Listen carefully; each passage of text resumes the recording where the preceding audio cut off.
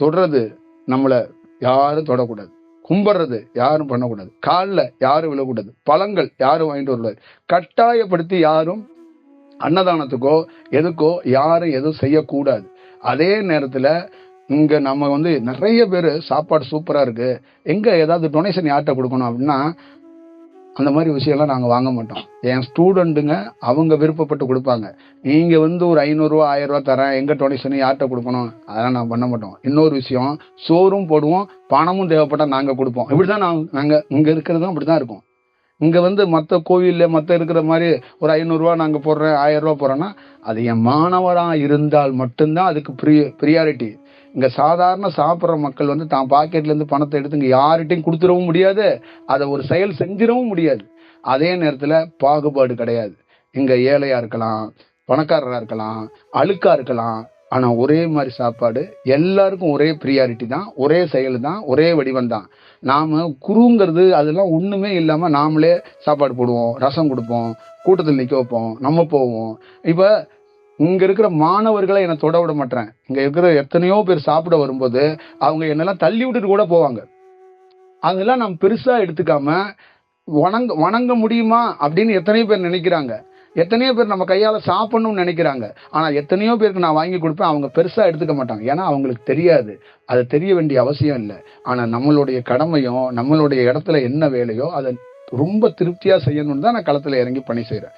அப்போ எவ்வளோ காலத்தில் எவ்வளோ சூழலில் வழக்கமாக எதுவுமே இல்லாமல் தான் நான் பார்த்துக்கிறேன்.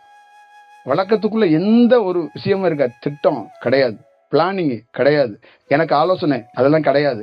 நான் பிறருக்கு என்னன்னா அந்த இடத்துக்குள்ள தியானத்துக்குள்ளேருந்து என்ன வடிவத்துக்குள்ளே இருக்கணுமோ அதை மட்டும் தான் நம்ம செய்வோம். அந்த வடிவத்தை தாண்டி எதுவுமே செய்ய மாட்டோம். பல செயல்களை பல வடிவங்களை நம்ம செய்தாலும் ஆனால் அதுக்குள்ள தெளிவும் உண்மையும் அந்த யதார்த்தமும் அந்த அது போக்கிலே நான் பல நாள் சொல்லியிருக்கேன். தியானத்தில் மனதிலிருந்து வேலை செய்யறது வேற, மனதை கடந்து வேலை செஞ்சாதான் அது தியானமாக இருக்கும், அது ஒரு நல்ல பயனளிக்கும். இப்போ என்னுடைய வாழ்க்கையிலலாம் நீ எதையும் யோசிக்காத, இந்த பந்தல் இப்படியே இருக்கு, இது எப்படா கூரை வரும் அப்படிலாம் யோசிக்காத, அதுவா நடந்துரும். ஏன்னா நீ நின்னா போதும், அதுதான் உண்மையான தியானம். அப்போ அது என்னன்னா இயல்பா நடக்க விடுறேன், நான் கிரியேட் பண்ணல. இப்போ நீங்க என்ன பண்றீங்க, கிரியேட் பண்றீங்க. இங்க வர்றேங்கிறீங்க, குரு கிட்ட உட்கார்றேங்கிறீங்க, குரு கிட்ட பேசுறேங்கிறீங்க.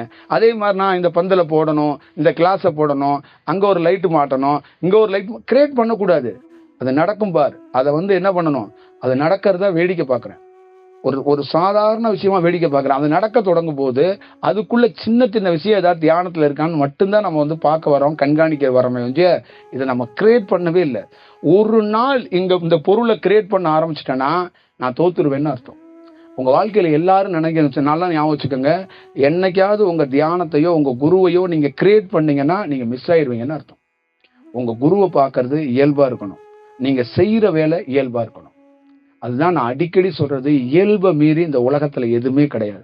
ஒரு தாய்க்கு மகனுக்கு இருக்கிற உறவு எதுமா, 5 ஸ்டார் சாக்லேட் கிடையாது, அன்பு கிடையாது, பணம் கிடையாது, பாசம் கிடையாது.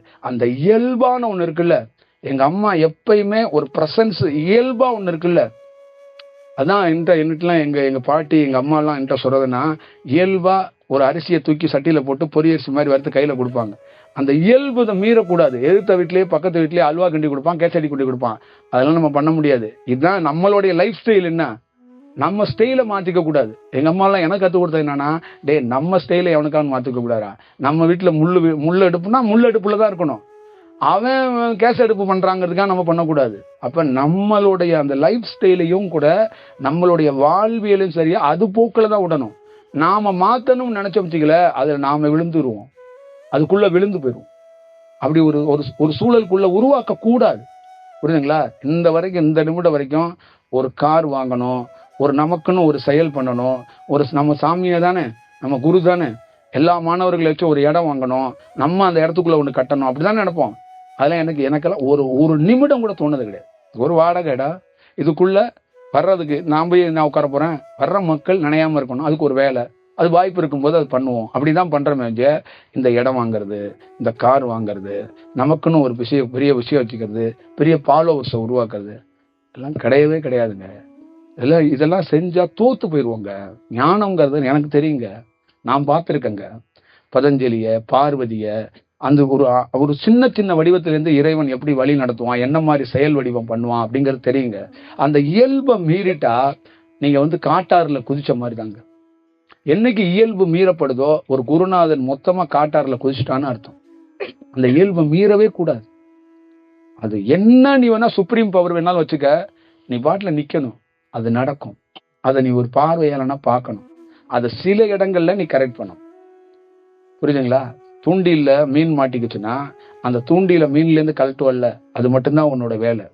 தூண்டில் போடுவது இயல்பு. புரியுதுங்களா? இப்ப நான் எப்படி தெரியுமா, ஒரு தூண்டில் போட்டு ஒரு மீனை பிடிப்பேன்.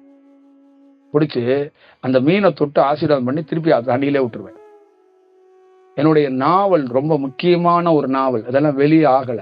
இந்த நாவல்ல என்ன எழுதிருக்கேன்னா, ஒரு பையனும் ஒரு ஒரு ஒரு அப்பாவும் ஒரு பொண்ணும், 6 வயசு பொண்ணும் 2 பேரும் டிராவல் பண்ணுவாங்க. 2 பேரும் கேரளாவுக்கு போறாங்க தமிழ்நாட்டுல இருந்து. அந்த டிராவல்ல ஒரு இடத்துக்குள்ள கார்ல போகும்போது கார் விபத்தாயிரும். அந்த கார் விபத்தானோடனே அந்த பொண்ணும் அந்த அப்பாவும் வெளியில இறங்கி நின்றுட்டு இருக்காரு. அந்த அப்பா வந்து பெரிய மன உளைச்சல்ல சூசைட் பண்ணிக்கிறதுக்காக இருக்கிறார். யாரு? அந்த அப்பா. அப்ப அந்த பொண்ணு என்ன சொல்லியிருக்காங்கன்னா, டாடி வந்து சூசைட் பண்ண 2 முறை 3 முறை ட்ரை பண்ணிட்டாரு. அவங்க வீட்டுல காப்பாத்திட்டாங்க.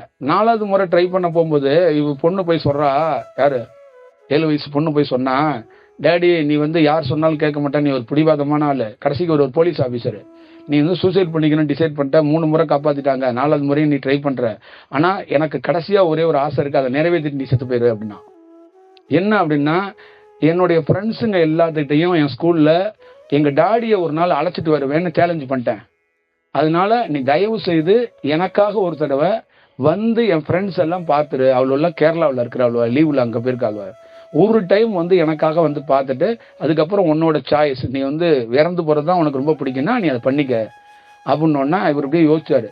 நீ இதை மட்டும் கொஞ்சம் பண்ணிக்க, நீ டக்குன்னு அவசரப்பட்டு சூசைட் பண்ணிடாத, அப்புறம் நான் இதே ஃபீல்ட்லே இருப்பேன், அது தயவு செய்து பார்த்துக்க அப்படின்னு வந்து சொன்னோன்னா சரி ஓகே அப்படின்னு சொல்லிட்டு அந்த மகளோட கிளம்பிட்டு, இந்த மாதிரி நான் வெந்நீர் வச்சிருக்கேன்ல ஒரு பிளாஸ்க்கு, இதே மாதிரி இதில் சாராயத்தை ஊற்றி வச்சுக்கிட்டு சிகரெட் பாக்கெட்டோட அப்படியே காரில் கிளம்பிட்டு போகும்போது கொஞ்சம் குடிக்கிறது, அப்படியே வைக்கிறது, ஒரு சிகரெட் எடுத்து ஃபீல் பண்ணுறது, இப்படியே போயிட்டே இருந்தார். ஒரு இடத்துல கார் பஞ்சர் ஆகி நின்றுட்டாரு, வண்டியை வந்து மாட்டிட்டு இருக்காரு, பொண்ணும் அவங்களும் நின்றுட்டு இருக்காங்க. அப்போ ஒரு ஓடையில் மீன் பிடிச்சிக்கிட்டு இருக்கிறாங்க.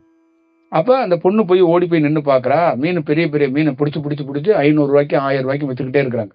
அந்த மீன் துள்ளுது, துடிக்குது, போகுது, அவன் 2 மண்டையில் அடிக்கிறான், அடித்து அதை போட்டு எல்லாம் பண்ணிட்டான். இப்போ கடைசியாக வந்து மீன் பிடிச்சி முடிக்க போய் எல்லாம் முடிஞ்சிச்சு, க்ளோஸ் பண்ணி அவங்க கட்டிக்கிட்டு இருக்காங்க. இப்போ வந்து இந்த பாப்பா ஓடி வந்து, அப்பா எனக்கு ஒரு மீன் வேணும் அப்படின்னு. அப்போ இவர் வந்து சொல்கிறாரு, நாமளே ட்ராவலில் இருக்க, அந்த மீனை வாங்கி நீ என்ன பண்ண போற, எனக்கு வேணும் நீ வாங்கிட்டா அப்படின்னு. சரி நீங்கள் போனோன்னா ஒரு பெரிய மீன் கரையில் கடந்து துடிச்சிக்கிட்டு கிடக்கு. அப்போ வந்து மீன் வேணுங்க, இல்லைங்க நாளைக்கு தான், நீங்கள் இப்போல்லாம் மீன்லாம் கிடையாது, அது எனக்காக வீட்டுக்காக வச்சுருக்கோம். இல்லை நீங்கள் அவசியம் வந்து அந்த மீனை கொடுக்கணும். இல்லைங்க நான் கொடுக்க முடியாதுங்க, வீட்டுக்கு எடுத்துகிட்டு போகிறேங்க அப்படின்னாரு. இல்லை எவ்வளோ வேணாலும் கொடுக்குறேன் அப்படின்னா இவர் பார்த்தாரு, அது வந்து 1000 ரூபாய்க்கு மேலே வருங்க, 2000 ரூபா தரேன் அப்படின்னு சொல்லி 2000 ரூபா கொடுத்துட்டாரு. இப்போ மீனை வாங்கினோன்னா பரவாயில்லையே அப்படின்னு அவன் சந்தோஷமாக வாங்கிக்கிட்டான். இப்போ அந்த பாப்பா ஓடி போய் மீனை தூக்கி மீனுக்கு ஒரு முத்தம் கொடுத்து தூக்கி தண்ணியில் தூக்கி போட்டுச்சு. போட்டோன்னா அந்த மீன்காரன் பார்த்துட்டு, என்னம்மா அப்படி பண்ணிட்ட, எதுக்கு போட்ட அப்படின்னா, இல்லை அது வந்து என்கிட்ட சொன்னிச்சு, என்னை காப்பாத்துனுச்சு, அதனால நான் காப்பாத்துறதுக்காக ஓடி வந்து நான் தூக்கி போட்டேன். இப்போ காப்பாத்திட்டேன், இன்னொரு 1 hour கழிச்சு அதை பிடிச்சிருவேனே, 1 hour உயிரோட இருக்கும்ல, அதுக்குள்ள நான் இங்கேருந்து போயிடுவேன். புரியுதா? இப்போ எனக்கு நேரம் இது நடக்கும்போது என்னை காப்பாத்துன்னு துடிச்சிச்சு, அதனால எனக்கு வந்து பணம் முக்கியம் இல்லை, அதை காப்பாற்றணும். இப்போ ப்ரெசன்ட்ல நான் காப்பாத்திட்டேன், இன்னமே நீ அதை கொன்றியோ ஏதோ பண்ணிக்க பாப்பா போகலாம் அப்படின்னு சொல்லி கூட்டிட்டு வந்துருச்சு. அப்போ அவன் மீன் வலையோட உட்காந்துட்டான். அப்போ கொஞ்சம் யோசிச்சான். அப்ப இந்த மாதிரி ஒரு நாவலை எழுதினவன் தான் நான். இப்போ வாழ்க்கைக்குள்ள எவ்வளவு பெரிய வடிவம் இருக்கு, எவ்வளவு பெரிய செயல் இருக்கு அப்படிங்கிறத நீங்க தெரிஞ்சுக்கணும். புரியுதுங்களா? இந்த நாவலை படமாக்குறதுக்கு எழுதப்பட்ட நாவல் இது. ஒரு டயத்துல இது வந்து இந்த நாவலை பெரிய ஒரு ஆக்டரா இருக்கிறவருக்கு எழுதப்பட்ட நாவல் தான் இந்த நாவல். இந்த நாவலை படிச்சுட்டு எத்தனையோ பேர் ஃபீல் பண்ணியிருக்கான், எத்தனையோ பேர் இருக்கான், ஆனா வெளியில வரல. அந்த நாவல் ஏன் வெளியில வரலன்னா, நான் வெளியில வந்திருந்தா நான் குருவா இருக்க முடியாது, நாவலாசிரியரா இருப்பேன். புரியுதுங்களா? இதுல இருக்கிற 64 கதாபாத்திரம், 64 காட்சிகளும் இப்படிதான் இருக்கும். இந்த கேரளாவுக்கு இந்த டிராவலுக்குள்ள இவங்களுக்குள்ள போனவங்க, அந்த கேரளா டிராவல்ல போனது அவங்க அப்பா அதுக்கப்புறம் சாவறதை விட்டுருவான், சூசைட் பண்ணிக்க மாட்டான். அப்புறம்தான் வாழ்க்கையோட உச்சபட்சம் தெரிஞ்சுக்கிட்டு தான் மகளால சாகிறதே ஒருத்தன் விட்டுட்டு வந்து வாழ்றதுக்கான ஒரு உச்சகட்டமான ஒரு காட்சிகள் இருக்கும்போது ஒரு 6 வயது பெண் ஒரு 42 வயது 40 வயது மதிக்கக்கூடிய ஒரு போலீஸ் ஆபீசருடைய மனதை வேற மாதிரி மாற்றி விட்டுட்டு போயிட்டா அப்படிங்கறதான் அந்த நாவலுடைய எண்டிங். ஒரு 6-7 வயது மகள் 42 வயதான இல்ல 40 வயது மதிக்கக்கூடிய ஒரு நபரை அப்படியே டோட்டலா மாறிட்டு போயிட்டா. அப்ப அவனுடைய வாழ்க்கையில மிக வேற மாதிரி ஒரு ஃபீல் ஆயிட்டான். அப்ப என்ன ஆயிட்டானா, ஒண்ணுமே கிடையாது நம்ம. அப்ப வாழ்க்கையில சின்ன சின்ன மொமெண்ட் அவன் என்ன நினைச்சிட்டானா, அதான் சொல்றான், சின்ன சின்ன மொமெண்ட் வரும் போகும். இன்னைக்கு கண்ணீர், நாளைக்கு சிரிப்பு, அடுத்த நாள் கண்ணீர், அடுத்த நாள் கண்ணீரும் சிரிப்பு இருக்காது, நார்மலா இயல்பா இருப்போம். அப்ப இந்த கண்ணீர், சிரிப்பு, இயல்பு இதெல்லாம் வந்துகிட்டே போகும். இதுக்காக கோவப்படுறதோ, இதுக்காக சிரிக்கிறதோ, இதுக்காக அழுவுறதோ, இதுக்காக சூசைட் பண்ணிக்க போறதோ, இதுதான் வாழ்க்கையில பெரிய ஜெயிச்சுட்டோங்கிறதெல்லாம் ஒண்ணுமே இல்ல. இதெல்லாம் ஒரு மொமெண்டா கடந்து போகணும், ஒரு பாசிங்கா கடந்து போகணும் அப்படிங்கிறது தான் அதுக்குள்ள இருக்கிற செயல். அப்ப ஒரு தந்தை வந்து அப்படியே ரொம்ப ஃபீல் ஆகி அப்படியே நடந்து போனா. அப்ப வந்து அந்த பொண்ணு பார்த்தா, அப்படி அவங்க அப்பனை முதல் முறையா பார்த்தா. அப்படி பார்த்துட்டு ஃபீல் பண்ணா. அவங்க அப்பன் இந்த பொண்ணை பார்த்து ஃபீல் பண்ணா.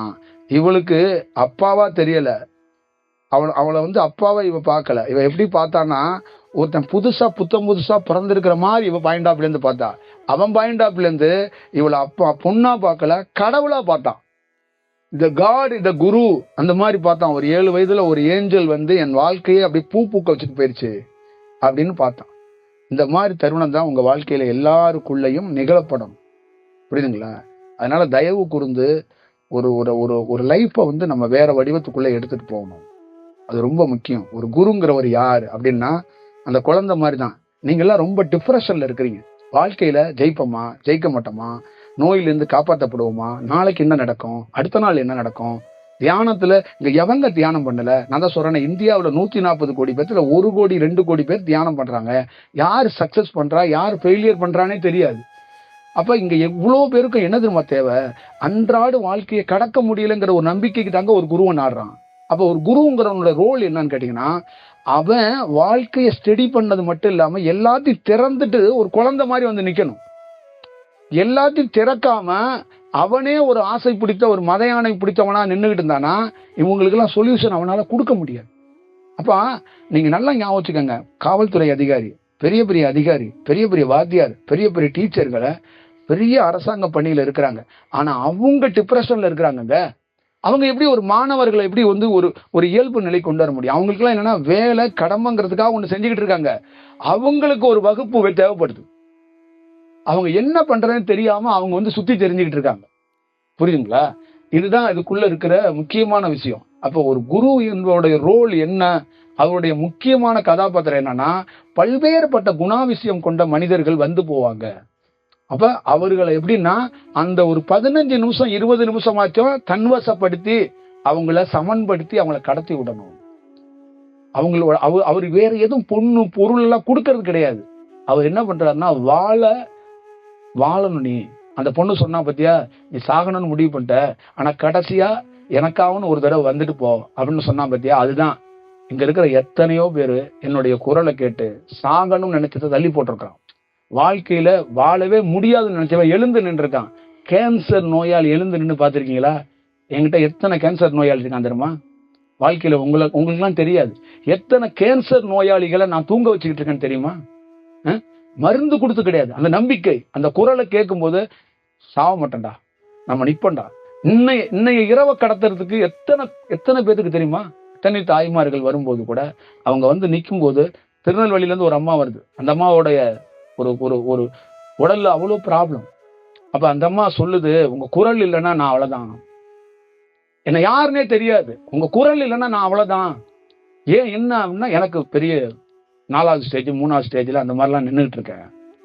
அப்ப எனக்குள்ள அந்த மரணம் அதெல்லாம் தாண்டி இந்த மாதிரி ஒரு சூழல். இன்னொரு அம்மா குற்றாலத்துல இருந்து வருது. என்னுடைய பசங்கள்லாம் ஃபாரின்ல இருக்கிறாங்க, யாரும் கிடையாது, நானும் என் ஹஸ்பண்ட் மட்டும்தான். ஆனா எங்களுக்குள்ள பயம், விரக்தி, வாழ்க்கையில எல்லாம் இருக்கு. பணம் கிடக்கு, வீடு கிடக்கு, எல்லாம் கிடக்கு. ஆனா பயம், குழந்தை இல்ல, குழந்தை கூட நம்ம இல்ல, குழந்தைங்க எல்லாம் வெளிநாட்டுல இருக்கு, நம்மளால அவங்களோட இருக்க முடியல, அவங்க நம்மளோட இருக்க முடியல. என்ன பண்றேன்னு தெரியல. ஆனா கடவுள், கோவில், சாமி எல்லாம் அங்கங்க இருக்கு. ஆனா யாரும் எங்க கூட இல்ல. ஆனா என்னைக்கு உங்க குரல் கேட்டுச்சோ அன்னைக்கு நீங்க எங்க கூட இருக்கிறீங்க. ஒருத்தர் இருக்கிறாரு, கண்டிப்பா 8 மணிக்கு இப்ப வந்துருவாரு பாருங்க அப்படின்னு அந்த அம்மா 8 மணி இரவு எப்பன்னு காத்துக்கிட்டு இருக்கு. 8 மணிக்கு எங்க வீட்டுக்கு வந்துருவாரு பாருங்க ஒரு குரு. டக்குன்னு ஆன் பண்ணி விட்டு அந்த 8 மணியை கேட்ட உடனே அந்த அம்மா புதிதா பிறந்தது மாதிரி ஒரு ஃபீல். இன்னைய நாளை கடந்துட்டோம்.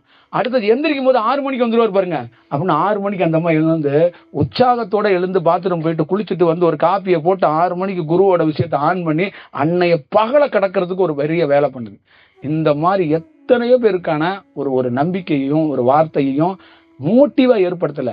அந்த பிரபஞ்சம் ஒரு சாதாரண ஒரு உடலுக்குள்ள இந்த மாதிரி மேஜிக் பண்ணுது.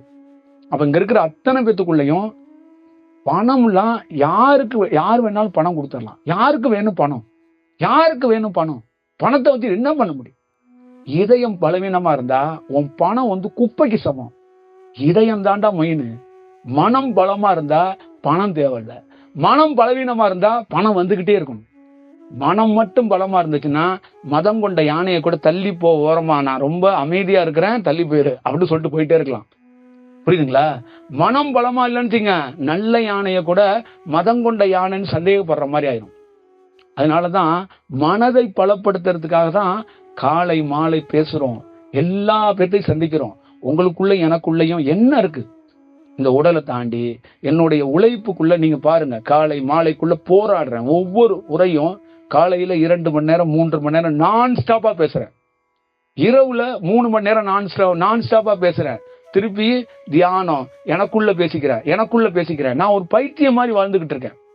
அப்ப இதுக்குள்ள எனக்குன்னு ஒரு வாழ்க்கை, எனக்குன்னு ஒரு பயணம், எனக்குன்னு ஒரு திட்டம், எனக்குன்னு ஒரு என்டர்டைன்மெண்ட், எனக்குன்னு ஒண்ணு கிடையாது. பொண்டாட்டி புள்ள யாரையாவது கேளுங்க, நான் போன்ல கூட பேசுறேன். நான் ஒண்ணும் கிடையாதுங்க. இங்க இருக்கிறேன், அப்படியே தூக்கி போட்டு போனா ஒரு துண்டை கட்டிட்டு போய் உட்காந்துருப்பேன். புரியுதா? அப்புறம் ஒரு 15 நிமிஷம் கழிச்சு கொஞ்சம் கஞ்சியை குடிப்பேன். திருப்பி போய் உட்காருவேன், அப்படியே தியானம் பண்ணிட்டே இருப்பேன். திருப்பி என்ன பண்ணுவேன்? ஒரு வெந்நீரை கொஞ்சோண்டு குடிப்பேன். திருப்பி தூக்கத்துல கொஞ்ச நேரம் தூங்கணும், கொஞ்ச நேரம் படுத்திருக்கும் போது உடல் எரியும். திருப்பி எந்திரிப்பேன். திருப்பி எந்திரிச்சு ஒரு பிளாக் டீ ஏதாவது குடிக்கிறதுக்கு ட்ரை பண்ணுவேன். இதுதான் என்னுடைய வாழ்க்கையோட லைஃப் ஸ்டைலே தான். வேற என்ன இருக்கு? திருப்பி அடுத்தது தியானம், அடுத்தது காட்சி, அடுத்தது ஏதாவது மெசேஜ், அதுக்குள்ளேயே அப்படியே வாழ்ந்துகிட்டே இருப்பேன். திருப்பி விடிஞ்சிரும். புரியுதுங்களா? திருப்பி என்ன? அதே வெந்நீர், அதே பிளாக் டீ. திருப்பி கொஞ்ச நேரம் ஆனா நீங்க 11 மணிக்கு இந்த துண்டை தூக்கி எரிஞ்சிட்டு இதை தூக்கி மாட்டிக்கிட்டு, இந்த மாடு இருக்கும்போது சொன்னால பால் கொடுக்கும், செத்ததுக்கு அப்புறம் தோல்ல தப்படிப்பான்னு. திருப்பி என்ன பண்ணுவான்? காலையில பால் கொடுத்தனா திருப்பி தோலை தூக்கி மாட்டிக்கிட்டு தப்படிக்க கிளம்பி வந்துருவேன். புரியுதுங்களா? இதுக்குள்ள என்ன? இப்ப எனக்கு இது மாதிரி எனக்கு செஞ்சு எனக்கு என்ன கிடைக்க போகுது? நீங்களே சொல்லுங்க. இதுல என்ன இருக்கு? இந்த வாழ்க்கையை நீங்க தயவு செய்து கொஞ்சம் ஒரு கேமரா வச்சு என்னை வச்சு படம் முடிச்சு பாருங்கிறேன். ஒரு ஃபுல் டே ஒருத்தருடைய வாழ்க்கை, ஒரு மாசம் ஃபுல் டைட்டிலா என்னை ஒரு ஷூட் பண்ணி பாருங்களேன். ஷூட் பண்ணி ரிவைன் பண்ணி எல்லாம் எடிட் பண்ணி நீங்க எல்லாரும் படமா பாருங்க.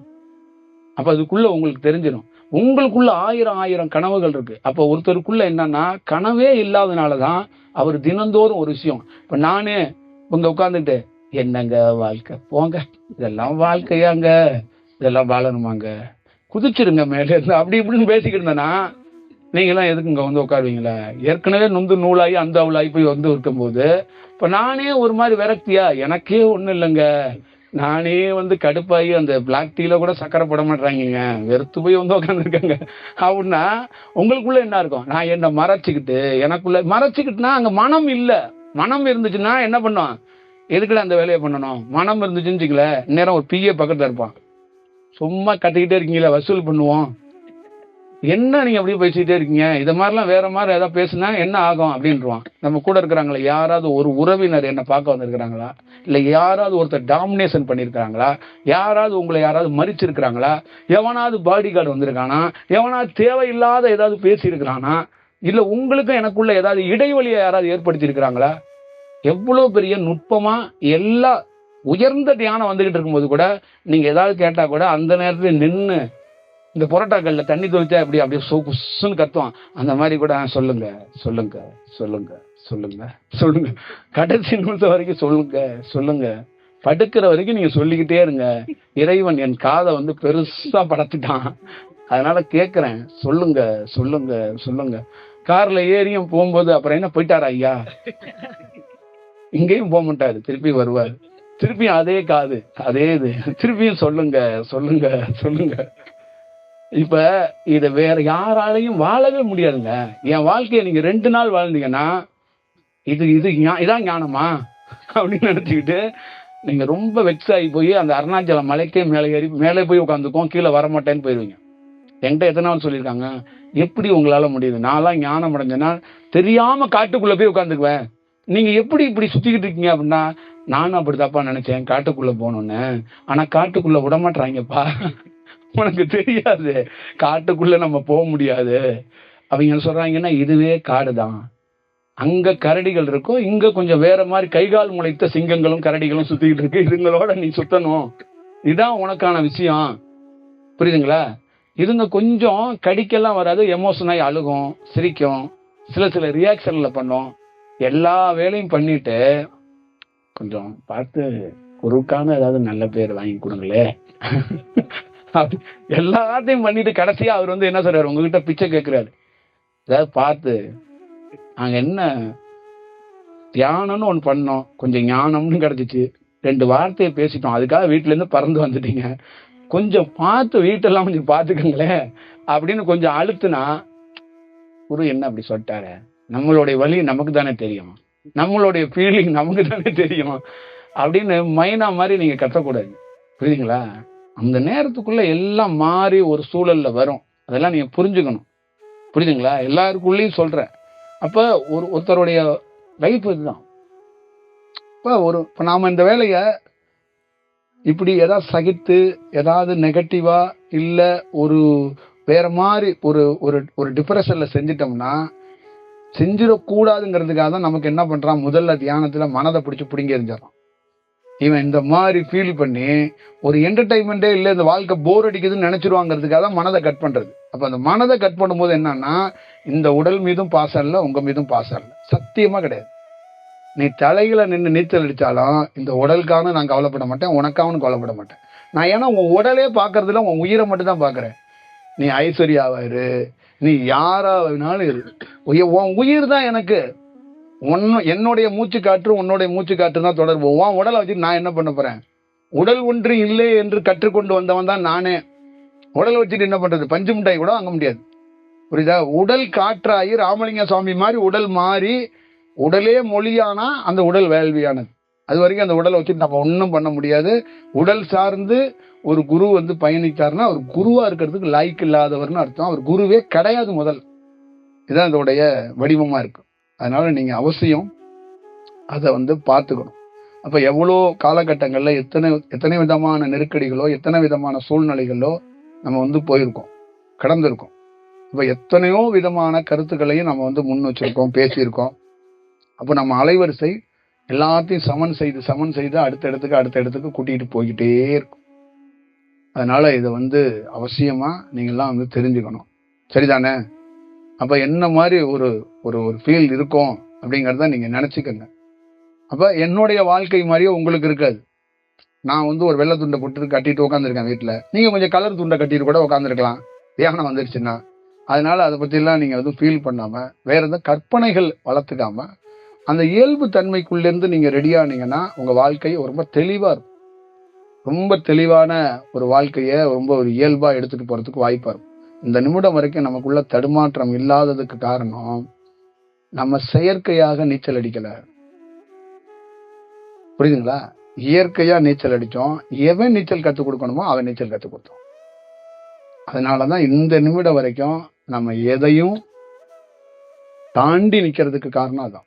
எல்லாத்தையும் தாண்டி நிக்கிறதுக்கு காரணம் என்னன்னா, செயற்கையே இருக்காது. செயற்கையான வாய்ப்பே நம்ம கொடுக்கறது கிடையாது. எந்த இடத்துலயுமே செயற்கையான ஒரு வாய்ப்பை, என்னுடைய வார்த்தையும் சரி என்னுடைய வாழ்க்கையும் சரி, இதுக்குள்ள செயற்கை தன்மையை செலுத்துறதே கிடையாது. செயற்கை தன்மையை செலுத்தினீங்கன்னா இன்று இல்லை என்றாவது ஒரு நாள் நீங்க தோத்துருவீங்க, சரிஞ்சிருவீங்க. நீங்க எவ்வளவு பெரிய மெகா குருவா வேணாலும் இருங்க, மெகா குருவா வேணாலும் இருங்க, செயற்கை ஒரு நாள் வெளியில வெளுத்துரும், ஒரு நாள் காட்டி கொடுத்துரும். புரியுதுங்களா? அது வெளுத்து போயிடும். சாயம் வெளுத்துன்னு சொல்லுவாங்கல்ல, அது மாதிரி வெளுத்துரும். உள்ளொன்று வைத்து புறம் ஒன்று பேசுவாருங்கிறாங்கல்ல. அப்ப உள்ள ஒன்று வைத்து வெளியே ஒன்று பேசுறதுக்கு என்ன காரணம்னா, உங்களுக்குள்ள எண்ணம் ஒண்ணு இருக்கும், அந்த எண்ணம் ஒண்ணு யோசிக்குது இல்ல, அதே எண்ணத்தை வெளியில சொன்னீங்கன்னா உங்களுக்கு சமுதாயத்துல நீங்க வாழ முடியாது. அப்ப உள்ள ஒன்று பேசுறத அப்படியே வெளியில பேசாம வெளியில எனக்கு ஏத்த மாதிரி நீங்க ஒண்ணு பேசுவீங்க. ஆனா எங்களுக்கு என்னன்னா உள்ள ஒன்று பேசுறதே வெளியிலையும் பேசும்.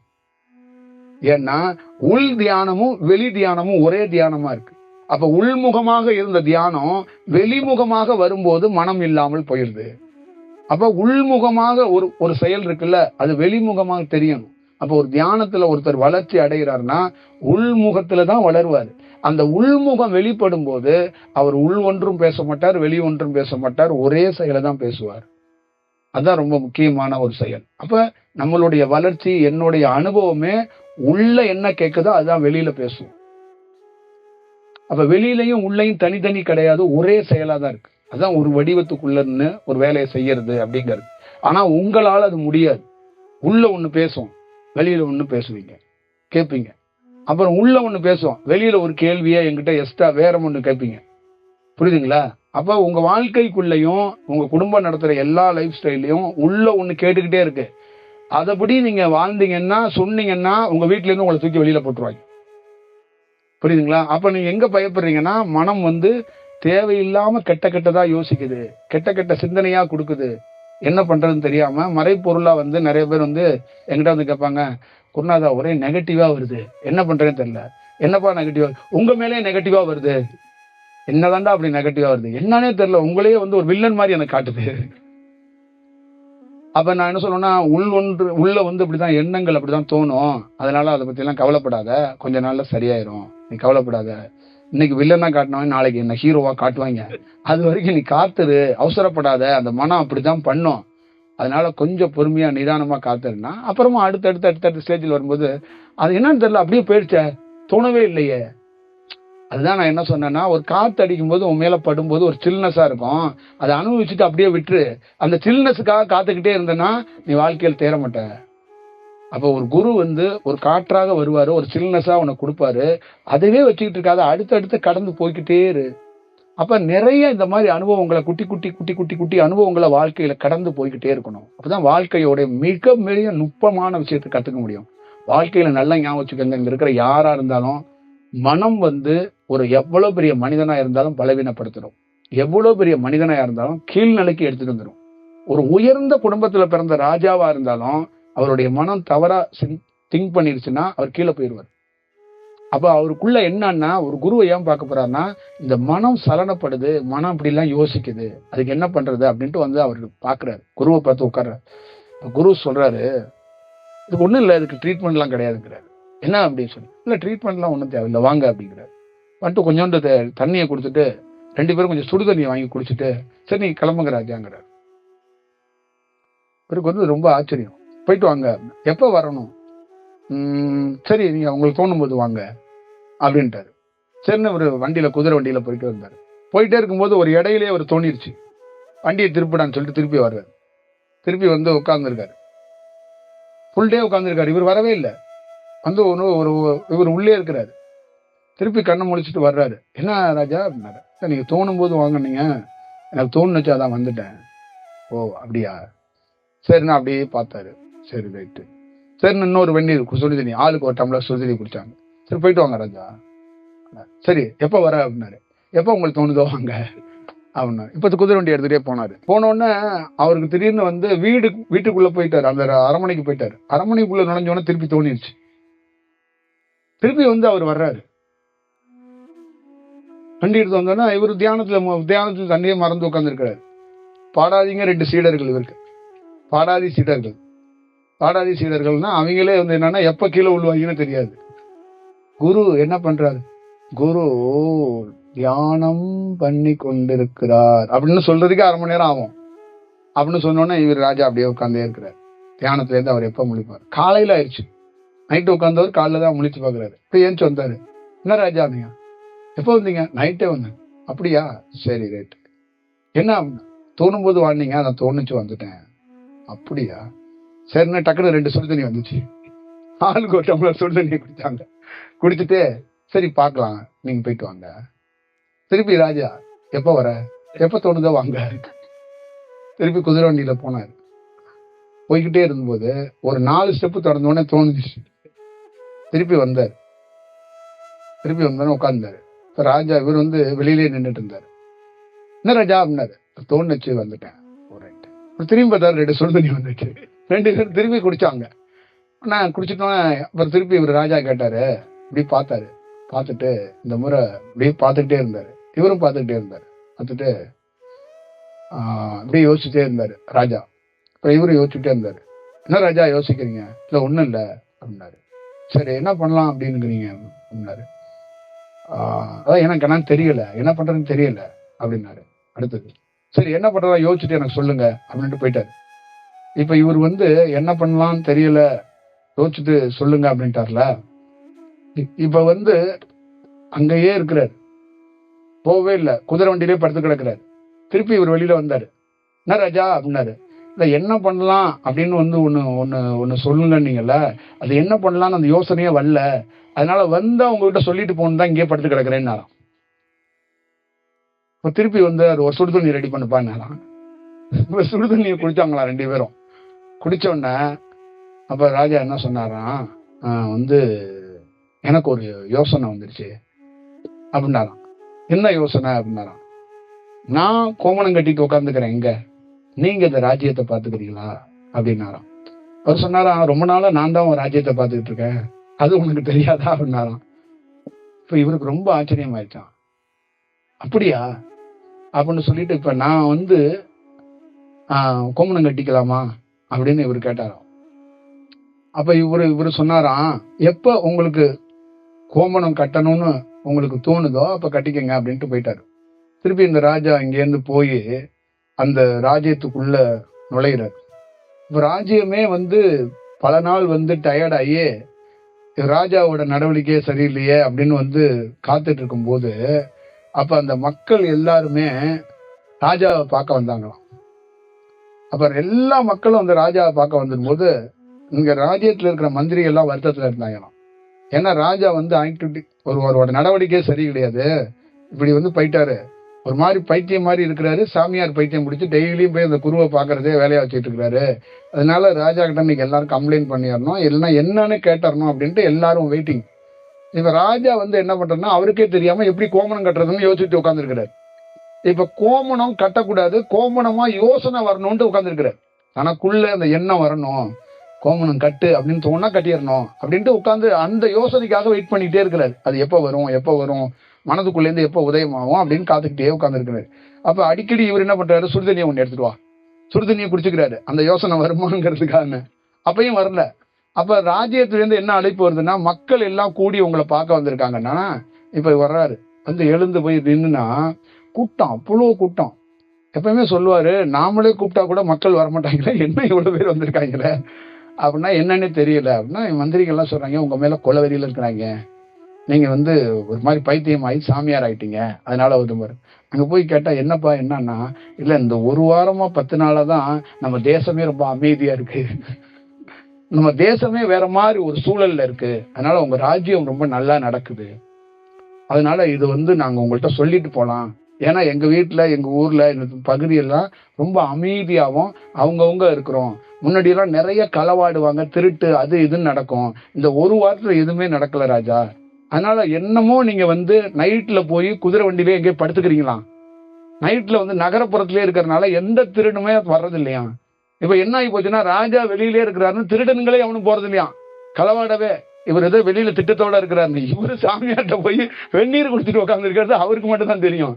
இப்ப இவங்க எல்லா பேருமே என்ன ஆயிடுச்சுன்னா, இவர் ஏதோ ஒரு திட்டத்தோட போய் படுத்திருக்கிறாரு அப்படின்ட்டு எவனுமே களவாட போறது இல்லையா, எதுவுமே இல்லையா. அப்ப அந்த தேசம் ரொம்ப அமைதியாகி அந்த தேசத்துக்குள்ள எல்லா மக்களும் ரொம்ப கிளர்ச்சியோட ஆனோன்னா இந்த மந்திரிகளுக்கெல்லாம் குழப்பம் ஆயிடுச்சான். அப்ப அப்ப வந்து அவர் வந்து ரொம்ப ஒரு ஃபீலோட உள்ள போயிட்டாராம். அப்ப உள்ள போய் திருப்பி போய் வர மந்திரிகள்லாம் சொன்னாராம், எப்பயுமே எல்லாம் நடக்கிறதெல்லாம் அது பாட்டுல நடக்கட்டுப்பா, கொஞ்சம் எல்லாம் அமைதியா இருங்க அப்படின்ட்டு உள்ள போயிட்டாராம். இப்ப இவருக்குள்ளேயே அந்த கோமணம் எப்ப வரும்னே தோணிக்கிட்டே இருக்கிறான், அது வரவே இல்லையா. சரி 10 நாள் ஆச்சு, 15 நாள் ஆச்சு, 1 மாசம் ஆச்சு, திருப்பி நேரா சாமிகிட்ட வந்திருக்கிறாரு. வந்தோன்னா என்ன ராஜா அப்படின்னு இருக்கிறாரு.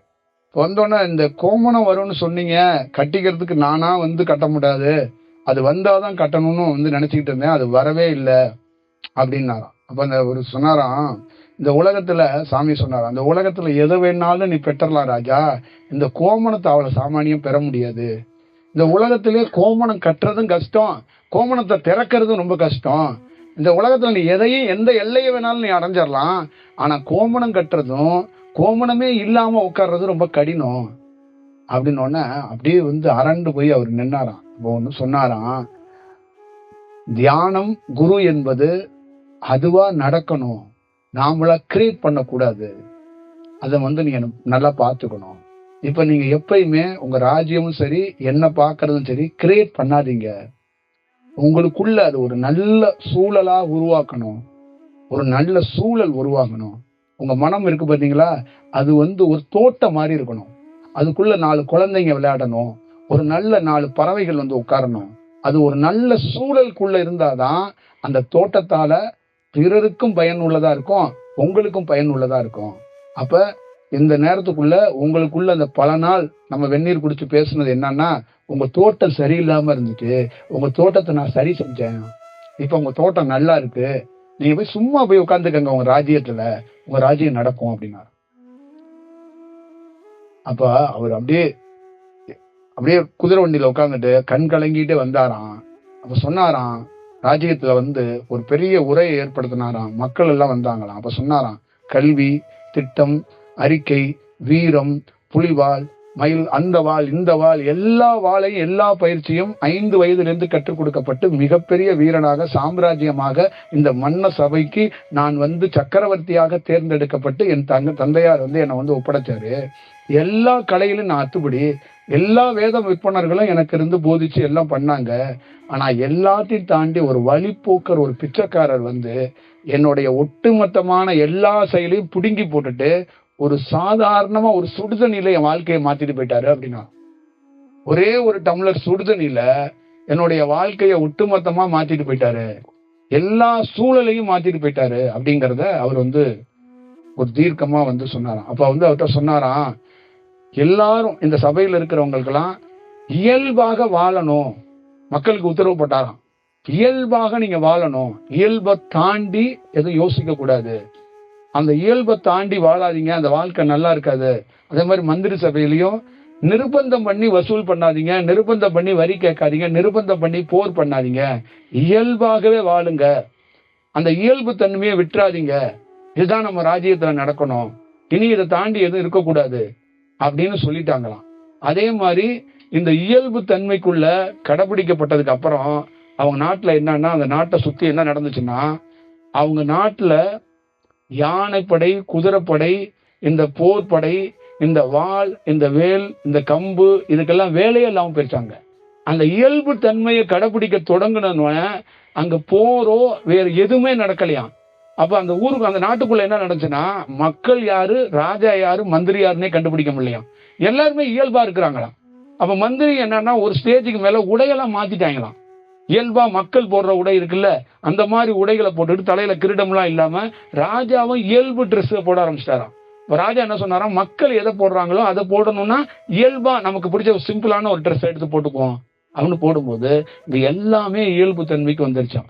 அந்த இயல்பு தன்மையிலேருந்து அந்த தேசம் மிகப்பெரிய மாற்றமா இருந்துச்சான். அப்ப சாதாரண அப்படியே வந்தா ஒரு இடத்துல சுடுதண்ணி கொதிச்சுக்கிட்டு இருக்கு, அந்த குருநாதர் உட்காந்து சுடுதண்ணியை பார்த்துக்கிட்டே இருக்கிறாரு. இதுதான் நாம செய்யற வேலை, புரியுதுங்களா? நீங்க பல வேலைகள்ல வரும்போது நாம சுடுதண்ணி தான். உங்களுடைய வாழ்க்கையில எங்கேயாவது ஒரு இடத்துல அந்த இயல்பு தன்மைக்குள்ள கொண்டு வர்றதுக்காக தான் இவ்வளவு பெரிய வேலையை போராடுறோம். அந்த இயல்பு தன்மையை நீங்க மீறிட்டீங்கன்னா நீங்க தோத்துருவீங்க. யாரா வேணாலும் இருக்கட்டும், நீங்க எவ்வளவு பெரிய பக்திமான விளையாண்டுருங்க, சிவனோட உருளுங்க பெறலுங்க, முருகனோட உருளுங்க, குருளோட பெறல், இயல்பு கடக்குந்தா அது பெரிய ஒரு சுனாமிக்கு சமம் மாதிரி. அதனால இயல்பை எப்பயுமே மீறக்கூடாது, கடக்கக்கூடாது. வாழ்நாள்ல எத்தனை குரு தமிழ்நாட்டுல இருக்கிறாங்க, எத்தனை ஆசிரமம் இருக்கு.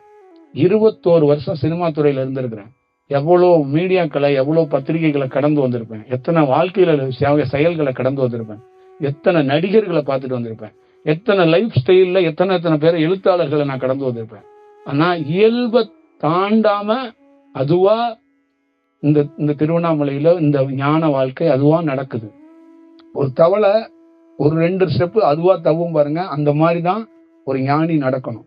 ஒரு ஞானி இயல்பை தாண்டி என்னால ஓட முடியும், எனக்கு பின்னாடி ஒரு 10 பேர் இருக்காங்க, எனக்கு முன்னாடி ஒரு 10 பேர் இன்ஃப்ளூயன்ஸ் பண்றதுக்கு இருக்காங்கன்னு செஞ்சா அந்த வாழ்க்கை தோத்துரும். அப்ப அந்த பிரபஞ்சங்கிறதுக்கு, அந்த அலைவரிசைங்கிறதுக்கு அர்த்தம் இல்லாம போயிடும். அந்த அலைவரிசைங்கிறது என்னன்னா, சும்மா இரு, சும்மா இரு, அங்க மேஜிக் நடக்குதா இல்லையான்னு வெயிட் பண்ணி பார்க்கணும். அப்போ நீ குருங்கிறது எதுனா, நீ சும்மா இருக்கணும், அங்க ஒரு அதிசயம் நடக்கணும். அப்ப நீ உன் அதிசயத்தை நீ கிரியேட் பண்ணக்கூடாது. நீ சர்க்கஸ்காரன் கிடையாது, நீ மேஜிக் கிடையாது. இந்த தியானத்தோட நோக்கம், தியானத்தோட செயல் நான் பார்த்தது என்னன்னா, மனிதனாக பிறந்த போது பல்வேறுபட்ட விஷயத்தை கிரியேட் பண்ணேன், பல்வேறுபட்ட விஷயத்தை தேடினேன், பல்வேறுபட்ட விஷயத்தை உழைத்தேன். தியானம் வந்ததுக்கு அப்புறம், இந்த தியானத்துல டிராவலுக்கு அப்புறம் நான் எதையும் உழைக்கல, கிரியேட் பண்ணல. அது நடக்கிறத அதை ஒரு பார்வையாளனா கடந்து போய்கிட்டே இருக்கிறேன். அது பார்வையாளனா கடந்து போக போக என் வாழ்க்கைக்குள்ள என்ன இருக்குன்னா, எனக்குள்ள இருந்து ஒரு செயல் எதுனா, நம்ம எதுவுமே செய்யல, எல்லாமே இந்த வெட்டவெளி செய்யுது, எல்லாமே இந்த பிரபஞ்சம் செய்யுது, ஒரு பார்வையாளனா மட்டுமே நான் போகிறேன். அப்ப எனக்குள்ள தோணுது, இந்த ஒண்ணுமே இல்லாத இந்த வெட்டவெளியாக ஒரு குரு இருந்து நம்மளை வழிநடத்தி கொண்டு நம்மளை ஒரு பார்வையாளனா பார்க்க வச்சுக்கிட்டே போகுது. நான் எதுவுமே செய்யலைங்க, எதுவுமே நான் செய்யல. இந்த உலகத்துல இருக்கிற எல்லாருக்குள்ளயும் நீங்க எல்லாம் தேடுறது, நீங்க எல்லாம் உழைக்கிறீங்க, நீங்க எல்லாம் ஓடுறீங்கல்ல, உங்க மனம் அந்த மாதிரி பண்றதுனால பண்றீங்க. நான் ஓடல, தேடல, உழைக்கல, எதுவும் செய்யல. இங்க வர்ற உரை, இங்க வர்ற செயல், அது இயல்பா நீ இருந்து அப்படி தியானத்துல உட்காரு, அதுவா வந்து உழுவும், அதுவா ஒண்ணு செய்யும். நீ கிரியேட் பண்ணாத, நீ எந்த விஷயம் செய்யாத. பிரத்யேகமாக வர்ற மக்களை நம்ம தக்க வச்சுக்கணும் தான் எல்லாரும் போராடுவான். ஒரு கட்சிக்காரன் என்ன போராடுவான்? தொண்டனை தக்க வச்சுக்கணும், மக்களை தக்க வச்சுக்கணும் போராடுவான். ஒரு குரு யாரையும் தக்க வச்சுக்க கூடாது, தான் உடலை கூட தக்க வச்சுக்க கூடாது, இயல்பா விடணும். உடலே போனா கூட பரவாயில்ல, அவ்வளவுதான் நம்மளுடைய வாழ்க்கையை நினைச்சுக்கிட்டு விட்டுறணும். அப்ப இயல்பை மீறும் போது, இயல்பை தாண்டும் போது அங்க பிரபஞ்சத்துக்கும் உனக்கும் இருக்கிற கனெக்ஷன் கட் ஆயிரும். அப்ப என்னுடைய வாழ்க்கையோடைய மிக மிக மிக மிக மிக முக்கியமான விஷயம், வாழ்க்கையில ஒவ்வொருத்தரும் கேட்டுக்கங்க, அந்த தனிப்பட்ட முறையில ஆசை, காதல், பாசம் இந்த மாதிரி விஷயம் எல்லாம் இருந்தா குரு கிட்டையும் நிக்க முடியாது, நீயும் குருவை தாண்டி வேற ஒரு இடத்துக்குள்ள வளரவும் முடியாது. அதுதான் இயல்பை தாண்டதுங்கிறது. இயல்பை தாண்டவே கூடாது. நினப்பு மனதிலிருந்து வரும், அதை தாண்டி குரு என்பது என்னன்னா மனதை கடந்தவர். மனதுக்குள்ள இருந்து இருக்குல்ல சலனம், சலனம் என்பது ஒரு வேர்வை மாதிரி. ஆனா குரு என்பது ஒரு தென்றல் காற்று மாதிரி, அந்த வேர்வையை கடந்தவர். அந்த வேர்வையும் அந்த குருவோடைய தென்றல் காத்தையும் ஒரே மாதிரி நீ தாட்டா திங்க் பண்ணிட கூடாது. அப்ப குரு கிட்ட இருந்து என்னன்னா, ஒரு இயல்பு தன்மையில நம்மளை வந்து வழி நடத்துவார், நம்மளை பார்த்துக்குவார். ஒரு சின்ன தட்டாம்பூச்சி, சின்ன கொசு வந்து இருந்து ஒரு கட்டெரும்பா கூட உன் பக்கத்துல இருந்து ஒரு குரு வழி நடத்துவாருங்க. ஒரு குருவா உருவத்தில் இருந்து வழி நடத்த வேண்டிய அவசியம் இல்ல. ஒரு கட்டெரும்பு இருக்கு பாத்தீங்களா, 2 சோறை தின்னுட்டு கீழே போடுற பாரு, அந்த சோத்து பருக்கிய வந்து உன்னோட சோறை தின்னுட்டு குரு உட்காந்து பார்த்துட்டு இருப்பாரு. கட்டெரும்புக்குள்ள குரு வரமாட்டாருன்னு நினைக்காத, கட்டெரும்புக்குள்ளேயும் வருவாரு, தட்டானுக்குள்ளேயும் வருவாரு, பட்டாம்பூச்சத்துக்குள்ளேயும் வருவாரு. எல்லா வடிவத்துக்குள்ளேயும் ஒரு குருவாகப்பட்டவர், ஒரு அலைவரிசை உள்ளே ஊடுருவோம். அப்ப அந்த இயல்பு தன்மையில ஒரு குருவோட பயணமும் நம் வாழ்க்கையே மாறப்பட வேண்டும். இப்ப நான் வந்து எல்லாரோடையும் என்ன கனெக்ட் பண்றோம்னா, நம்மளால இயல்பா இருக்க முடியாது, இயல்பா இருக்கிறதுக்கு வழியே இல்லை. எங்களுடைய இயல்பு தன்மையில எனக்கு தியானமே எப்படி கிடைச்சிச்சுன்னா இயல்பா கிடைச்சிச்சு. எல்லாம் செயற்கையா ஒண்ணு பண்றாங்கல்ல, செயற்கையா நான் பண்ணல, செயற்கையா நான் ட்ரை பண்ணல, செயற்கையா உருவாக்கிக்கல, செயற்கையா நான் ஒரு குருவா உருவாகல. எனக்கு தானே பட்டம் கொடுத்து, எனக்கு தானே நான் தியானத்துல உயர்ந்தவன்னு சொல்லி ஒரு டீமை வச்சுட்டு ஒரு கூட்டம் பண்ணல. எல்லாமே தானா நடந்தது. அப்ப தானா நடக்கும்போது அங்க என்ன தெரிஞ்சுக்கிட்டேன்னா, அந்த மனம் மாறி இயற்கையாகவே தானாவே அது நடக்குது அப்படிங்கறத தெரிஞ்சுக்கிட்டேன். தானா நடக்குது. அப்ப இந்த செயல்ல, இந்த சுவாசத்தை இதை யாரெல்லாம் கவனிக்கிறாங்களோ அவங்க வாழ்க்கையிலையும் தானாவே ஒரு விஷயம் நடக்கும். அப்ப அவங்களுக்குள்ள என்ன நடக்கும், அங்க இருக்கிறவங்களுக்குள்ள என்னன்னா, இயல்பாக தன்னை வழிநடத்தி கொள்வதற்கும், இயல்பாக தன்னுடைய வாழ்க்கையை வைத்துக் கொள்வதற்கும், இயல்பாக இந்த பயணத்தை தொடர்வதற்கும் மிக மிக முக்கியமான ஒரு விஷயம் ஒரு குருவிடம் இருந்து கிடைக்கும். ஒரு குரு வந்து சொற்பொழிவு பேசல, ஒரு குரு கருத்துக்கள் சொல்லல, அந்த இயல்பு தன்மை உன்னிடம் இருந்து கிடைப்பதற்காக ஒரு வாய்ப்பை அவரு சுவாசத்திலிருந்து ஏற்படுத்த ட்ரை பண்றாரு. அதுல 1, 2, 10 இந்த மாதிரி அந்த இயல்பு தன்மை கிடைக்காம மிஸ் ஆனா கூட ஒரு நாள் அவர்களும் அந்த வடிவத்துக்குள்ள உள்ள வந்துருவாங்க அப்படின்னு அவர் போராடுறாரு. அந்த ஊசிய கண்ணு தெரியாதவங்கள்ட்ட கொடுத்து நூலையும் ஊசியையும் கோக்குறாங்கல்ல, அது மாதிரிதான் இயல்பு தன்மை. கோர்க்க முடியாது. அந்த இயல்பு தன்மை வர்றதுக்கு இந்த மாதிரி சேலஞ்சிங் இருக்கும், போராட்டம் இருக்கும். அப்ப கண்ணு இருந்தும் கண்ணு இல்லாத போல வாழ்வதற்கு ஒரு நாள் 10 நாள் கண்ணு தெரியாத மாதிரி நீ வாழ்ந்து பாரு. அந்த வாழ்ந்து பார்த்தனா அதுதான் இயல்பு வாழ்க்கை. அப்ப மனம் என்பது கண்ணு தெரிஞ்சிருக்குன்னு துணிச்சல்ல போய் எல்லாத்துலயும் கால வைக்கிறல்ல, கண்ணே தெரியாது, நீ என்ன பண்ணுவ? இதுதான் கண்ணு தெரியாத வாழ்க்கை தான் இயல்பு வாழ்க்கை. அப்ப உனக்குள்ள என்னன்னா, இயல்பா இருந்தனா கண்ணே தேவைப்படாதுங்கிறத நீ தெரிஞ்சுக்குவ. இயல்பா இல்லாதனாலதான் கண்ணு தேவை, காது தேவை, கையு தேவை, காலு தேவைன்னு நினைக்கிற. அந்த இயல்பா மட்டும் இருந்து பார்த்தனா எதுவுமே தேவையில்ல, சின்னோண்டு உயிர் துளி இந்த உடலே தேவையில்லாம அது பெரிய ஒரு பிரளயத்தையும் பெரிய வாழ்க்கையும் பண்ணுதுங்கிறத நீ அந்த உன்னதமான செயலை தெரிஞ்சுக்குவ. என் வாழ்க்கையில அதை தெரிஞ்சுக்கிட்டங்க. எப்படியாப்பட்ட ஒருத்தரை போய் நீங்க எந்த வடிவத்திலையும் வேற வடிவத்துல பார்த்தீங்கன்னா உங்க கால நேரம் வீணா போயிருங்க, உங்களுடைய வடிவம் வீணா போயிரும், உங்களுடைய செயல் திட்டங்கள் வீணா போயிரும், உங்களுடைய வாழ்க்கையோட நோக்கம் வீணா போயிரும். புரியுதுங்களா? மரத்தை அண்ணாந்து பாக்குறதோட மரத்தை ரொம்ப அண்ணாராம மரத்தை இயல்பாக பார்த்தீங்கன்னா மரத்தை முழுசும் பார்க்க வேண்டியதில்லை, மரத்தை கொஞ்சோண்டு பார்த்தா கூட தெரியும். ஒரு நாள் இயல்பாக நீ இருக்கும்போது மரத்தை நீ எந்த வடிவத்திலிருந்து பார்க்கணுமோ அந்த வடிவத்தை மரமே காட்டி கொடுக்கும். புரியுதா? பனைமரம் ரொம்ப உயரம், ரொம்ப காத்தடிச்சா வளைஞ்சு வந்து தரைக்கு வந்துட்டு போகும். நீ இயல்பா இருந்தனா அதுவே வளைஞ்சு வந்து உன்கிட்ட காத்துட்டு போகும். நீ இயல்பா இருந்தனா மரத்துல ஏறாமே மாங்காய் வந்து உன் காலில் விழுகும். இயல்பா இருந்தனா வானத்துல தொங்கிட்டு இருக்க சூரியனும் சந்திரனும் உனக்குள்ளே சஞ்சரிக்கிறத நீ பார்க்க முடியும். நீ இயல்பு தன்மையிலிருந்து மீறும் போதுதான் நீ ஒரு செயற்கையான சூரியனையும் சந்திரனையும் கிரியேட் பண்ற. உன் வாழ்க்கையில செயற்கையா எதுவும் கிரியேட் பண்ணாதீங்க. அது என்னுடைய நோக்கமோ என்னுடைய திட்டமோ கிடையாது. என்னுடைய பணியோ என்னுடைய பயணமோ செயற்கைக்கு அப்பாற்பட்டவனா. செயற்கைங்கிறது எங்க தந்தை உயிருக்கு ஆபத்தா இருக்கிறாரு, அப்ப ஆக்சிஜன் வச்சு அந்த மூக்குல ஒண்ணு வச்சுட்டு உட்காந்து படுக்க போட்டிருப்பாங்கல்ல, அது இருக்கு பாரு, அது செயற்கை. அந்த மாதிரி அந்த செயற்கை திட்டத்துக்குள்ள நம்மளுடைய வாழ்க்கைய இந்த மனம் எடுத்துட்டு போயிட்டே இருக்கு. அப்ப இயற்கையா எப்பொழுதுமே அந்த மாஸ்க் இல்லாம செயற்கை சுவாசம் இல்லாம இந்த சுவாசத்தால நம்ம வாழ்றதுக்கு ஒரு வழிவகையை செய்யணுங்கிறதுக்காக தான் என் பயணம் முழுக்க இந்த காற்று மேலே இன்னொரு காற்று அப்படியே நடமாறி போயிட்டு இருக்க மாதிரி நான் போயிட்டு இருக்கிறேன். இதுதான் இதோடைய பணி, இதோட செயல் வடிவம். புரியுதுங்களா? காற்று இன்னொரு காற்றையே சுவாசிக்க மாட்டுது. அது என்னத்தை போய் இன்னொரு விஷயத்த போய் பண்ணோம் சொல்லுங்க.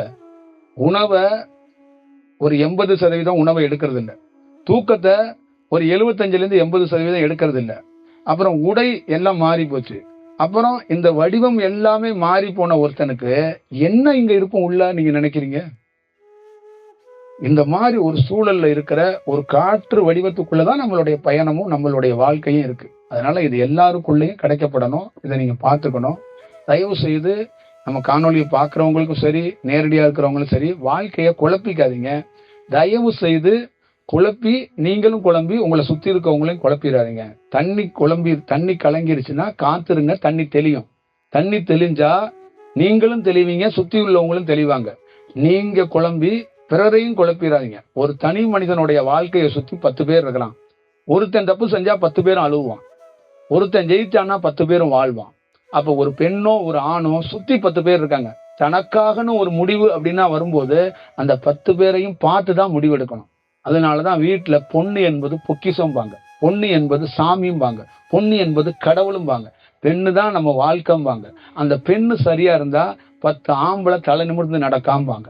வீட்டுல எங்க ஊர்ல என்னன்னா, பணம் பாக்கெட்ல வேண்டாம், உங்க வீட்டுல இருக்கிற பொம்பளை நல்லா இருந்தா சும்மா பணம் தேவையில்ல, ராஜா மாதிரி நீ நடரா அப்படின்ட்டுவாங்க. புரியுதுங்களா? அப்ப பெண் கண்ணகி மாதிரி இருந்தா ஆண் நெருப்பு மாதிரி இருப்பான்னு அர்த்தம். புரியுதுங்களா? அப்ப நீங்க எல்லாருக்குள்ளயும் இந்த மாதிரி ஒரு விஷயத்த பார்த்துக்கணும். அப்ப மனம் கலங்க விடாதீர்கள், நீர் கலங்கிய நீரை அருந்தாதீர்கள், நீர் தெளியும் வரை காத்திருங்கள், மனம் தெளிவடைய வரை காத்திருங்கள். நிதானம் தான் தியானம். நிதானம் தவறுனுச்சுன்னா அது மருந்து பாய்சனை குடிப்பதற்கு சமம். நிதானம் தவறக்கூடாது. நிதானம் தான் ரொம்ப ரொம்ப முக்கியமான விஷயம். நிதானத்தை தவறுனா அப்புறம் குடிகாரனுக்கும் தியானம் பண்றவனுக்கும் என்ன பெரிய வித்தியாசம் வந்துட போகுது? நிதானம் தவறி அவனை வச்சுக்கிட்டு நீங்க என்னத்தை பெரிய பெரிய போதனை பண்ணி என்னத்தை இந்த உலகத்துல பெரிய சாதனை பண்ணிட போறீங்க? புரியுதுங்களா? அதனாலதான் போதைய குடிச்சவன்கிட்ட நீங்க எத்தனை வாட்டி பேசினாலும் அவன் மீண்டும் மீண்டும் இன்னொரு கிளாஸ் குடிச்சுக்கிறேன். இன்னைக்கு ஒரே ஒரு நாள் சத்தியம் பண்ற மாதிரி உன் மேல தலையை காட்டு, தலையை காட்டு, தலையை காட்டு, தலையை காட்டுமா? எத்தனை வாட்டியாவது தலையை காட்டுறது? தலை எதுக்கான புதுசா எங்க ஊர்ல ஒரு 400 தலை இருக்குங்க. ஒருத்தன் 300 பேருக்கு தலையில சத்தியம் பண்ணிட்டாங்க. புரியுதுங்களா? அடுத்த முறை என்ன பண்ணிட்டாங்கன்னா பக்கத்து ஊர்ல இருந்து லாரியில ஆள் கொண்டு இறக்குறாங்க. என்னப்பா நான் சத்தியம் பண்ண போறாருங்க? ஏன்னா நம்ம ஊர்ல எல்லா தலையும் சத்தியம் பண்ணிட்டாருங்க, தலையே இல்லைங்க அப்படின்ட்டாங்க. அப்ப இந்த மாதிரி எல்லாம் இருந்தா நீங்க என்ன பண்ண முடியும் சொல்லுங்க? என்னுடைய கூட பிறந்த சகோதரனே அப்படித்தான். கீழே நிக்க முடியாத அளவுக்கு தடுமாறி போதையில வருவாரு. குடிச்சியாப்பா? நீங்க ஒரு ஆள் எப்ப குடிச்சங்கிறீங்க? அப்படிலாம் பழக்கமே கிடையாது பாரு. நிக்கவே முடியாது அவரால். அப்படி இப்படி இப்படி போவாரு. ஆனா கேட்டா என்னப்பா அப்படின்னா இல்லவே இல்லம்பாரு. அப்ப தன்னை மறக்கிறது இல்ல, தன்னை ஏமாத்திக்கிறது. புரியுதுங்களா? அப்ப இன்னொரு விஷயமா அவங்க சொல்லுவாங்க. என்ன சொல்லுவாங்கன்னா, குடிச்சிட்டு நீங்க எல்லாம் குடிக்கலங்கிறதுக்காக உங்களை நல்லவன்னு எல்லாரும் சொல்லுவாங்கலாம் நினைக்காதீங்க. நாங்க குடிச்சாலும் கரெக்டா இருப்போம், அதை நீங்க பார்க்கணும் அப்படிங்கிறதையும் சொல்லுவாங்க. நாங்க குடிச்சாலும் எங்க மனைவிக்கு தேவை, குழந்தைக்கு தேவையெல்லாம் வாங்கி வந்து கொடுத்துருக்குறோம். அங்க பாருங்க, எல்லாத்தையும் வாங்கி வந்து கொடுத்துருக்குறோம். ஆமா ஆமா தெரியுது அப்படின்னு அங்கிருந்து ஒரு குரல் வரும். புரியுதுங்களா? அதனால இதெல்லாம் தன்னை ஏமாற்றி கொள்வதுங்கிறத தாண்டி இதெல்லாம் கற்பனைகள். தன்னுடைய சந்தோஷத்துக்காக இதுதான் மிக சரின்னு அந்த கலங்கிய நீருக்குள்ளேயே வாழ்றது. புரியுதுங்களா? ஒரு சேற்றுக்குள்ளேயே தன்னுடைய வாழ்க்கையை வச்சுக்கிட்டு கங்கையில வாழ்ற மாதிரியே ஃபீல் பண்றது. அதனாலதான் ஒரு ஞானி சொன்னா, கங்கை கரையில குடியிருக்கிறவன் எவனுமே கங்கையை பத்தி தெரியல, கங்கைக்கு வெளியில இருந்து கங்கையை பார்க்க போறவன் கங்கையை கும்பிடுறான். இங்க கங்கைக்கு கரையில குடியிருக்கிறவன் கங்கையை கும்பல்ல, கங்கையை வச்சு காசு சம்பாதிச்சுக்கிட்டு இருக்கான். நீங்க காசிக்கு போனீங்கன்னா கங்கை கரையில இருக்கிற சொந்த காசியில இருக்கிறவங்க அத்தனை பேரும் அந்த காசி ஊரை வச்சு வருமானம் நீட்டுறதுக்காக வேலை பார்ப்பாங்க. நீங்க நம்ம ஊர்ல இருந்து போற அத்தனை பேரும் கங்கையையும் காசியையும் கடவுளாக வணங்குறதுக்கு போறான். புரியுதுங்களா? அப்ப இதுலயே நீங்க தெரிஞ்சுக்கங்க. அப்ப நாம இவ்வளவு தொலைவில் இருந்து வணங்க போறோமே, அந்த அருகாமையில இருக்கிறாங்களே அவங்க என்ன அப்படின்னா அவங்க கலங்கி போய் நிக்கிறாங்க. அப்ப கங்கையோடு ஒட்டுவதில்லை. அப்ப நீங்க முதல்ல புரிஞ்சுக்கணும், கங்கை ஒரு 1000 மைலுக்கு அப்பாற்பட்டு கங்கையை ஒருத்தன் வணங்க வர்றான். கங்கை காலடியிலே இருந்து ஒருத்தன் அதை வணங்க மாட்டான். அதை பார்க்கிற விதம் வேற மாதிரி இருக்கு. அப்ப எவ்வளவு பெரிய கலங்கி நிற்பாங்கிறதுக்கு இதுதான் உதாரணம். அப்ப அருகாமையில இருந்து கொண்டு கூட விட்டுறக்கூடாது. இப்ப இதை எதுக்குதுமா சொல்றேன்? ஒரு குரு பக்கத்துல இருந்துட்டு நீ கலங்கிட்டன்னா அந்த கங்கை கரையில குடியிருக்கிறவன் அவன் லிஸ்ட் தான் நீ. அப்ப ஒரு குரு கிட்ட இல்லாம தூரத்துல இருந்து நீ கலங்காம இருந்தனா, அமெரிக்காவில இருந்தா கூட நீ இந்த கங்கைக்கு போற பத்தியா, அந்த மாதிரி நீ கங்கையை வணங்குற மாதிரி என்னை எப்பொழுதுமே வணங்கி கொண்டு இருக்கலாம். இந்த நீர் கலங்காது, உன்னையும் கலங்க விடாதுங்கிறத நீ தெரிஞ்சுக்கணும். இதுதான் இன்னைக்கு இருக்கிற உங்ககிட்ட சொல்லணும்னு நினைச்சேன், சொல்லிட்டேன்.